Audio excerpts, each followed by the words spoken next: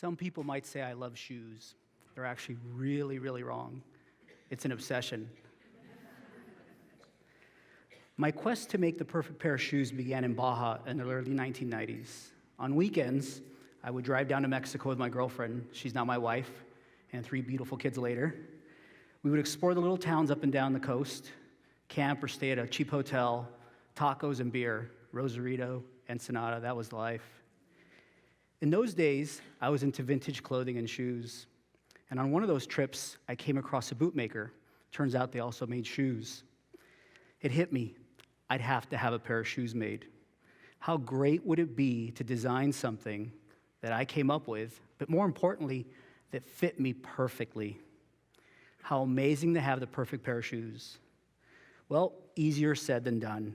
I still remember walking into the shop, completely overwhelmed, the colors, the smells. There was cowboy boots everywhere. There were swatches, guys working on shoes. I'd never seen anything like it before. I was just blown away. Again, the obsession starts kicking in. It was a surreal moment for me. It was definitely life-changing. But I did it. I spoke for a long time with a shopkeeper. I gave him a rough sketch of what I had in mind. It took me 10, 15 minutes to come up with an idea. We talked about toe shapes and the style of shoe. I gave him a deposit. Then he tells me, it's going to be a few months. I'm like, man, a few months? Like, I had never had anything made before. Over the next few months, I probably called the guys 20 or 30 times. Is it ready? Is it ready? No, it's not ready. But they just weren't shoes to me. It was something deeper. It was something that was just calling me like I had to have these shoes. So word finally came, hopped in my truck, drove down to Baja. The shoemaker opened the box. Oh my gosh, this was insane. The very first thing that I designed, and they made them for me, and they're even better than I thought they were. It was just amazing. It was that aha moment of like, again, that thirst inside of me was just quenched right there. I was speechless. I didn't even know what to say. I think I gave the guy a hug and just talked, and man, just so obsessed. But again, it may not sound that impressive to some people, but it gave me a sense of pride to say that I designed these. I remember people asking me, are those vintage? And for me, it was, no, I designed them. I had them made. And it felt so special to me. Every time somebody asked about it, the obsession grew greater and greater and greater. And now I want a brown pair, and now I want a black pair, and now I want boots. And I just couldn't get enough. I was clipping out pictures from magazines and keeping them in a file with sketches. I was obsessed. But the problem was I didn't want to drive to Baja every time I wanted another pair of shoes. That was just such a hassle. And who wants to wait months for your shoes anyways? At the time, my job was working as a driver and a maintenance man for a chain of linen stores. My route was San Diego to Bakersfield. And wouldn't you know it, it was full of shoe repair shops.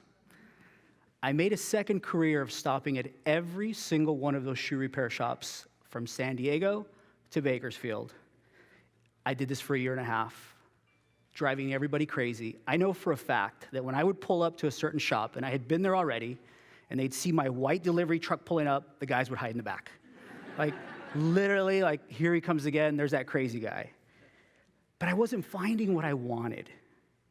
I'd get the shoes, they were off. The toe shape was wrong, the color was wrong. The stitches were just, they looked cheap. I was just obsessed with every part of making the shoes. I was intense about the details. And I had a deposit on a final pair. It was somewhere in LA off the 110. And I remember going in and talking about brick phones, and I called my wife, and who was my girlfriend at the time. I said, well, if this isn't it, I guess it's just not meant to be. So I go in, pick up the shoes, again, not right. And I was just so disappointed. Well, back to Baja. But now at this point, it's not about fashion. It's not about vanity. It was about more. It was about having something made, about the craft, about my idea becoming something tangible, something that I could wear. It was putting ideas into reality. As I was leaving the shop, an older man followed me out, and he stops me right as I get to my truck. And he says to me, I think I can help you. And he gives me his address. He says, come see me when you can. We can talk about it. I think I'm the guy for you. Keep in mind, I've been doing this for 2 years, and everybody told me the same thing. And back then, $200 is a lot of money when you're shelling out for a pair of shoes, and then you got to fight for those $200 to get them back because the shoes aren't right.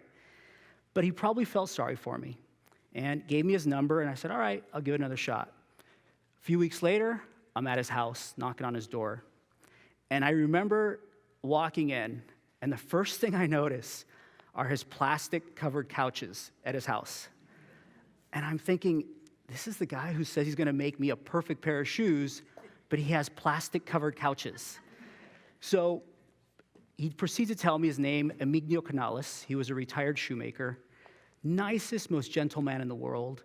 And we talk a little bit, and then he says, all right, follow me out to the garage. So we go to the garage, and right before we walk in, he looks at me and he says, George, I have to tell you something. I said, yeah, what is it? And, I'm very cynical at this point because I've been told this over and over and over again. We're going to make you the right shoe. So he looks at me and he says, I don't know why, George, but I feel I have to make you a pair of shoes. I'm like, all right, let's do it. Opens up the garage door. Instantly, the same emotions as I got when I walked into the shop in Baja. So he had these machines under wraps, but you see the last, which are the molds to make the shoes, and the leathers, and he had everything in there. I'm freaking out. I'm like, man, this is crazy. This is what I've been searching for. Now I have somebody to make me what I wanted. Instantly, I said to him, I want to be your apprentice. And he's like, what's an apprentice? I was like, well, I don't know how it is in Spanish, but I just want to help you. So I proceeded to push him, and we worked something out.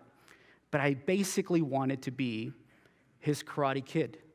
Wax on, wax off. This is my guy. He's going to show me how to do it. I'm going to figure it out, and it's going to be amazing. So for the next 28 months, I drive the delivery truck from 8 to 5, and then work with Mr. Canales late into the night.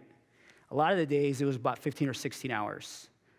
Sometimes, when it got really hard was when it was cold, because I'd drive from San Diego to Bakersfield, and to stay awake, I'd have to roll the windows down, keep the AC on, so I wouldn't fall asleep and drive into a ditch.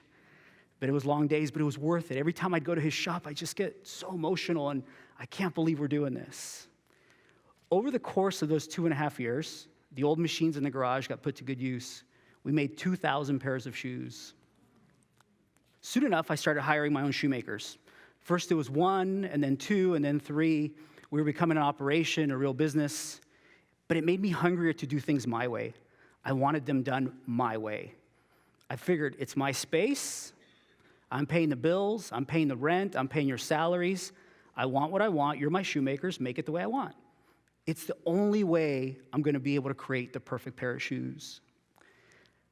Then one day, we're all talking about shoes, and I'm keep pushing and pushing and pushing. One of my guys pulls me aside to give me some advice. Now, you got to keep in mind, in the Mexican culture, you never tell the boss what to do, or you never call the boss out. So he pulls me aside, but he was sick of hearing me ask for the perfect pair of shoes. Finally got enough courage. He says, all right, here's the deal. You need to understand what true beauty is. And I was like, what are you talking about? True beauty, give me my shoe. That's all I want. Just make my shoes. Let's hurry up. We got some orders. Make them. But he says, you need to know that true beauty isn't always perfect. And then he caught my attention. I'm like looking at him. In shoemaking, a beautiful hide is going to have natural grains and natural flaws. And it's okay to have them. Covering the flaws only hides the true beauty of the hides, which will end up becoming a beautiful shoe, which will tell the story of the craftsman who cut the leather and massaged the shoe into shape. So I just stood there staring at him, and I was like, what's he telling me? And I asked him again, and he repeated it, and it started sinking in. And then it hit me. It was like he took a pair of shoes and hit me in the gut with it.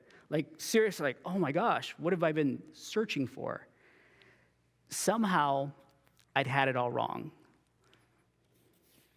All those years, I was looking for flawless and perfect and no defects in anything. And you see, growing up, I spent a lot of time trying to cover up flaws. My father, he was a drug dealer and a drug addict. He was constantly in and out of jail and prison. My mother, my 4 siblings, and I, we all had to pay for his choices in life. When I was around 6 years old, and I still remember this, Came home, middle of the night, screaming, yelling, woke me up in the middle of the night. I go into the bathroom, there's blood everywhere. He'd been shot. And instead of going to the hospital, he wanted my mom and my aunt to patch him up. And so things like that just kept always happening in my life. Around the time I was 9, we had his version of a father-son bonding moment. He actually took me to steal my first bike. When I was 14, he decided to have me help him in the family business.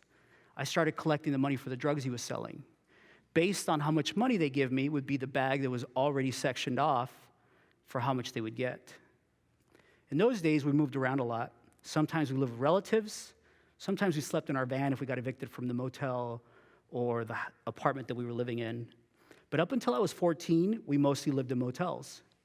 In the motel, it was always 7 of us: my mom, my 4 siblings, and I, and my dad. Every motel was exactly the same. It was cramped, it was dirty, smelly, always full of roaches. It was always noisy. People were always fighting. The police were always there. I remember just always being depressed coming home from school. I mean, these places were just horrible. From kindergarten through 12th grade, I went to 12 different schools. One of my brothers actually went to 13 or 14 schools. To this day, thinking back on the adventure that it's been, I thank God for blessing me with such an amazing mom, my angel. Growing up, she would always tell us, always have faith in God, always work hard, and everything will turn out okay. And that's exactly what I did. I kept working through the good times and the bad. I kept an open mind about what beauty and flawed and flawless is. I knew that my shoes, like life itself, are always going to have inconsistencies and flaws, but in the end, that's what makes them perfect. Today, my team and artisans and I make shoes in a place that's a true oasis for me. We don't use big machines. We make everything by hand. It's truly a dream come true. What we are making is beautiful, but it's far from perfect. For example, true story. Leather arrives for 500 pairs of shoes, and the hides are completely unusable. 500 pairs of shoes, can't make anything. Sometimes imperfections aren't beautiful. This causes chaos, everything stops, production happens. I mean, it'll screw everything up for 6 months. It's actually why I didn't learn my TED Talk. Or our molds, which are the core of making shoes, may get held up at customs, and they won't release them because someone didn't fill out the proper paperwork. Without the mold, which is a last, you can't make a pair of shoes. So literally everything stops at the shop, everything. But in spite of all the issues that we face, the process of creating things comes down to finding the right amount of tension, in my mind, between what is perfect and what is flawed. And this brings me back to my obsession. Whatever I was searching for on that trip to Baja, I found it. It is about making a living by doing what I love. It's about making things by hand. It's about creating things that technology can't really fix or cover up. Mostly it's about celebrating imperfections. Each little line and wrinkle, each crease on my shoes, each stain tells a story that's going to last. You might even pass it along to the next generation. Every single imperfection and all. The Baja shoes. So I look at these now, the very first pair that I had made. These are the shoes that set me on my life. They're the ones that inspired me. They redefined me. In a way, they redeemed me. And they continue to push me to be a better designer, a better person, more creative. And I guess you could say perfectly flawed. Thank you.